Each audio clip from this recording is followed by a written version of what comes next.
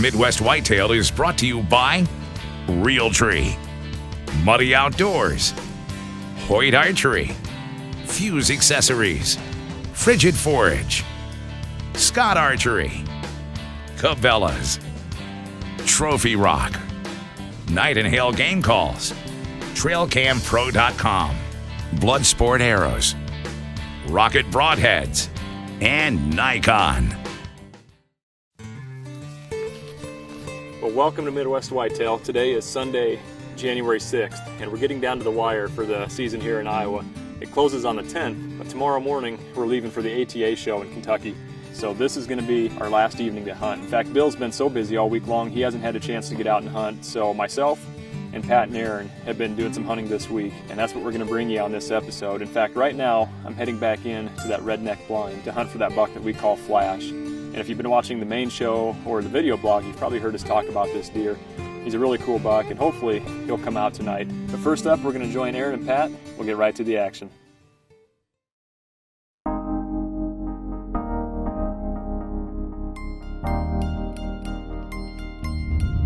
Well, it's January 3rd, and as you can see, we've got the orange on today. We got the muzzleloader with us. We've been trying to hunt these deer back on this big bean field the past few weeks with our bows. Tonight we don't have the perfect wind to get back there to a lot of our stands, so we're kind of going on a reconnaissance mission, I guess you could call it. We're going to set up in a hedgerow on the east edge of this bean field and watch it from a distance. And you never know, tonight's really cold. I'm sure the deer are going to be hitting the food, so at the very least, hopefully we can get an eyeball on some of these bucks and kind of figure out how they're getting to this field, and maybe be able to position ourselves later in the week where we can get on one of them with the bows. Well, Pat and I finally get up here to the edge of this bean field, and we actually found a pretty good place to set up. We're up in this big hedge tree, and I'm only about 3 or 4 feet off of the ground, but there's enough branches and stuff to sit on up here and enough cover that I think we might be able to pull it off. Pat's right down underneath of me. It's a little bit after 4, so hopefully the deer start moving pretty soon. The last few evenings we've been hunting out here, they started moving around 4:30, so, and there's been a lot of them hitting this cut bean field.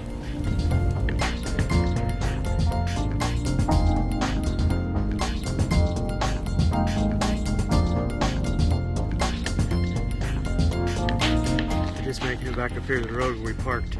There ended up being a ton of deer coming out to those beans tonight, somewhere between 15 and 20. And I think one decent buck, but he came out right at last light. So we've got a few more days left of season here, and where that buck came out of is a spot that we're actually wanting to get a stand up. We're going to try to get back in there a little bit deeper, farther back towards their bedding, because these deer are showing up on those beans in the last 20 minutes of light. I mean, there was nothing out there before that, and then all of a sudden the floodgates opened and they all just started pouring out there. So I think we're going to try to push in there a little bit deeper here in the next couple days and maybe see if we can do some good.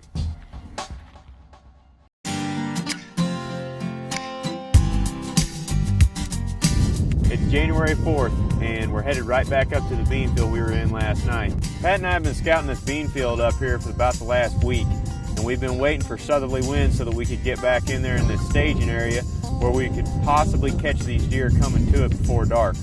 All these deer seem to be coming out on this bean field right at last light, and I know they're bedding a long ways from it, so tonight we're going to try to get back in there a little bit deeper.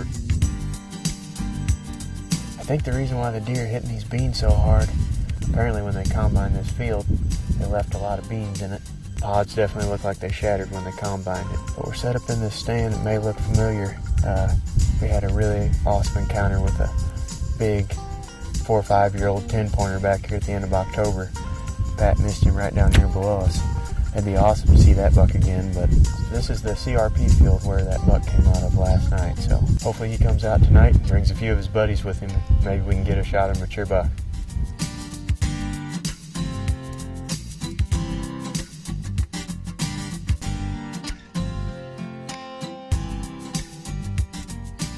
Well, we're just getting back down here to the truck. It was a little bit slower tonight than it was last night. I don't know if that's because it was a little bit warmer. The temperatures were in the mid-30s today. But the deer, once again, they moved right at dark. We didn't see a mature buck tonight, just a couple young bucks and does. And we're going to wait until we get some colder weather, and then we may try to slip back in there and see if we can at least get a doe down before the end of the season.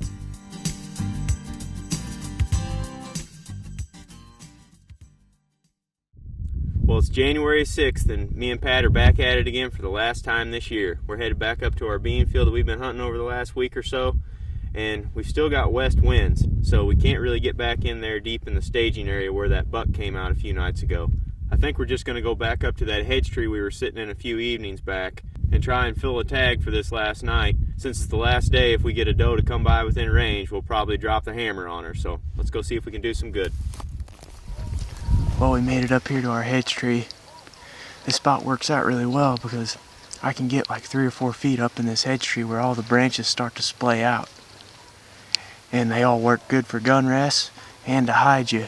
The other night we had several does, a couple small bucks out here in front of us, 60, 70 yards out. And they never saw Pat sitting underneath the tree filming or me sitting up in the tree.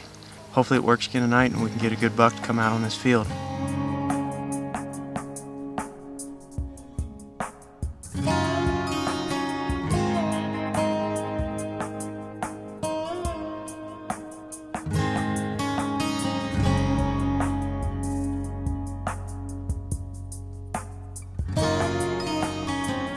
Well, that's going to do it for this evening's hunt, and I think for Pat and I, that's going to do it for this season.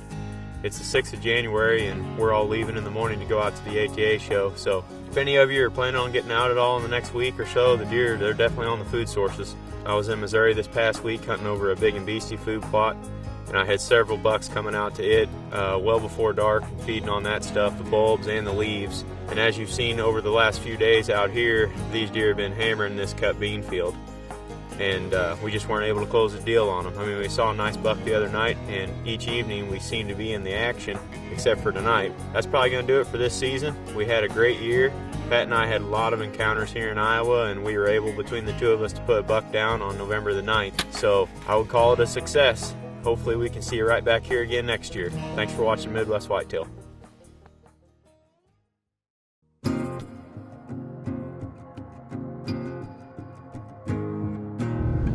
Today's January 2nd. We've got a few deer left on the hit list on Bill's farm here, and tonight we're going after the Limpy Doe, or that buck that we've had a couple encounters with from the same area.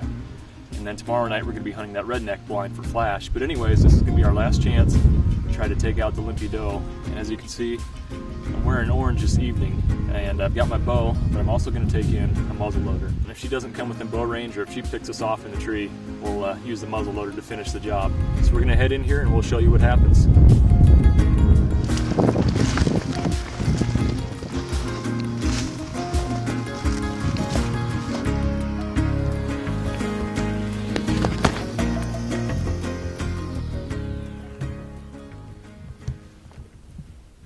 There she is.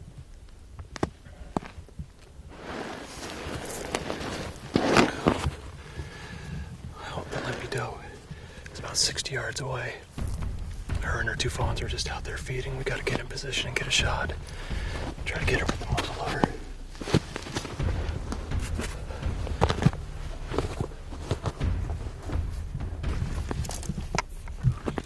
Yeah, can you get on her?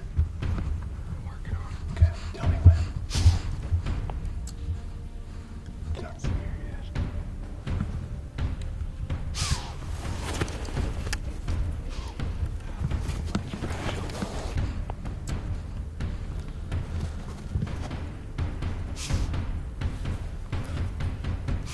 Are you good? Yeah.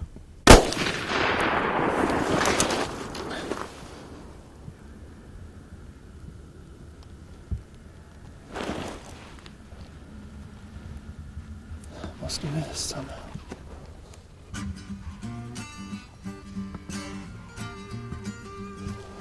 Well, that's rather embarrassing.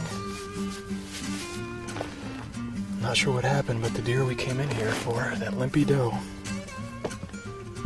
was out in the food plot at about 2:15. Aaron and I snuck in the creek here. We popped up this bank to look to make sure the field was clear. There she was. And she saw me, saw the top of my head, so she started walking towards us, and she got to about 20 yards here and spooked and ran and stood out there probably 60 yards. I was able to get the gun on her. Aaron was able to get on her with the camera. I was right on her and I shot and somehow missed. I watched her run off and she stood there for quite a while. I can't see any blood or anything on her. She's doing what she does best. She's up there snorting at us. And there's some little sticks and branches right here. I don't know if I clipped one right out of the barrel or what, but I missed my opportunity at the Limpy Doe. Big time.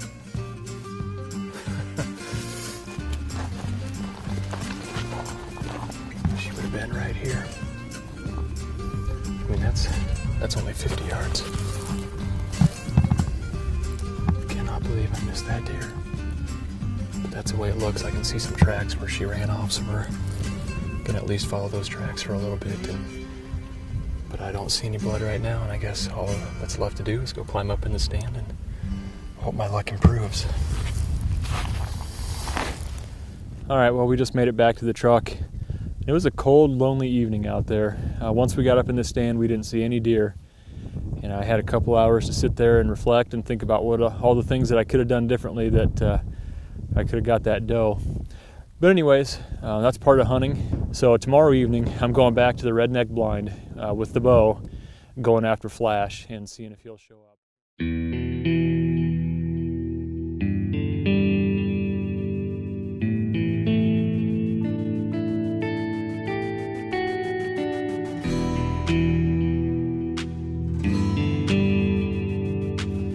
Well, it's about 2:30 and I just got settled into the blind for my last hunt of the 2012 season.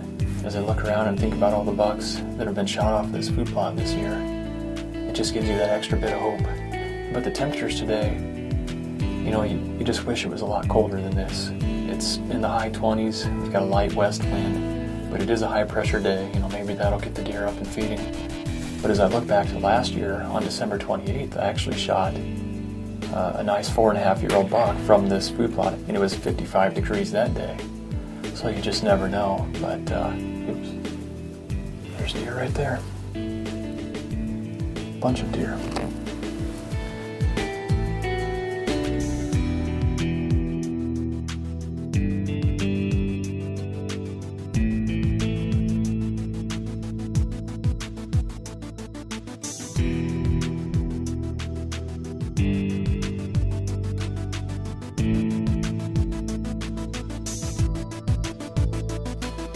That's an exciting way to start the afternoon right there. It's only 2:30.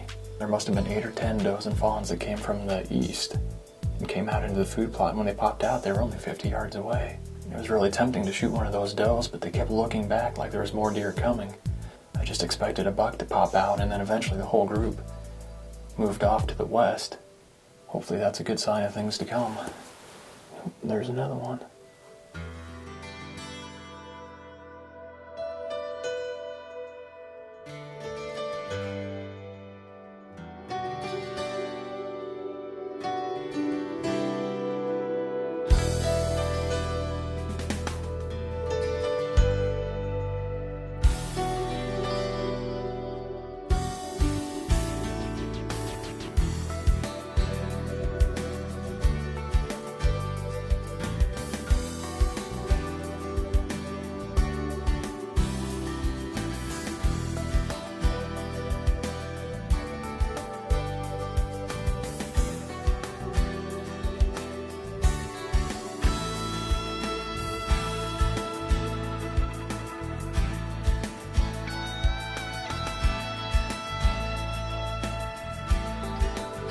Well, that was a fun way to close out my season, but unfortunately I just didn't see any antlered bucks, no flash, just a bunch of does and fawns. And I held out to the end and had 2 does coming right in. I thought it was going to be perfect. I thought they were going to come through the open gate, I'd get a shot at them with a bow, but instead they went behind the blind and I lost track of them and was never able to get a shot at them. And that was it. I didn't see anything else after that. So now as we look ahead to next week, we're going to bring you highlights from the ATA show and then a highlight reel looking back at our 2012 season. So we really appreciate you joining us here. We appreciate your support. So we'll see you right here next week for the next episode of Midwest Whitetail.